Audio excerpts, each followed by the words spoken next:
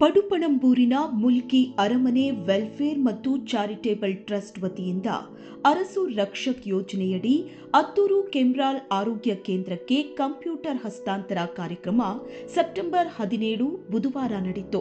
ಮುಲ್ಕಿ ಅರಮನೆ ವೆಲ್ಫೇರ್ ಮತ್ತು ಚಾರಿಟೇಬಲ್ ಟ್ರಸ್ಟ್ನ ನಿರ್ದೇಶಕರಾದ ಗೌತಮ್ ಜೈನ್ ರವರು ಕೆಮ್ರಾಲ್ ಆರೋಗ್ಯ ಕೇಂದ್ರಕ್ಕೆ ಕಂಪ್ಯೂಟರ್ ಹಸ್ತಾಂತರಿಸಿ ಮಾತನಾಡಿ, ಮುಲ್ಕಿ ಸೀಮೆ ಅರಸರಾದ ದುಗ್ಗಣ್ಣ ಸಾವಂತರ ಮಾರ್ಗದರ್ಶನದಲ್ಲಿ ಟ್ರಸ್ಟ್ ವತಿಯಿಂದ ಸಾಮಾಜಿಕ, ಶೈಕ್ಷಣಿಕ ಹಾಗೂ ಅಸಹಾಯಕರಿಗೆ ಸಹಾಯ ಹಸ್ತ ಕಾರ್ಯಕ್ರಮಗಳು ನಡೆಯುತ್ತಿದ್ದು, ಸರ್ಕಾರಿ ಆಸ್ಪತ್ರೆಯ ಅಭಿವೃದ್ಧಿಯ ಚಿಂತನೆ ದೃಷ್ಟಿಯಿಂದ ಕಂಪ್ಯೂಟರ್ ನೀಡಲಾಗಿದ್ದು, ಟ್ರಸ್ಟ್ನ ಕಾರ್ಯಕ್ರಮಗಳು ನಿರಂತರವಾಗಿ ನಡೆಯಲಿದೆ ಎಂದರು.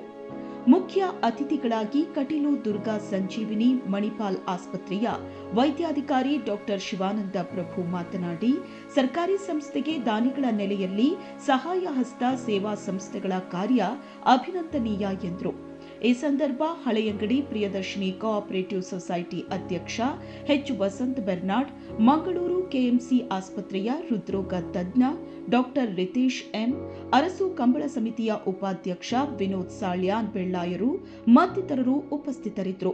ಕೆಮ್ರಾಲ್ ಪ್ರಾಥಮಿಕ ಆರೋಗ್ಯ ಕೇಂದ್ರದ ಸುರಕ್ಷಾಧಿಕಾರಿ ಮಾರ್ಗರೇಟ್ ಸುದರ್ಶಿನಿ ಸ್ವಾಗತಿಸಿದರು. ಆರೋಗ್ಯ ನಿರೀಕ್ಷಣಾಧಿಕಾರಿ ಪ್ರದೀಪ್ ಕುಮಾರ್ ರವರು ಪ್ರಸ್ತಾವನೆ ಸಲ್ಲಿಸಿ ಧನ್ಯವಾದ ಅರ್ಪಿಸಿದರು.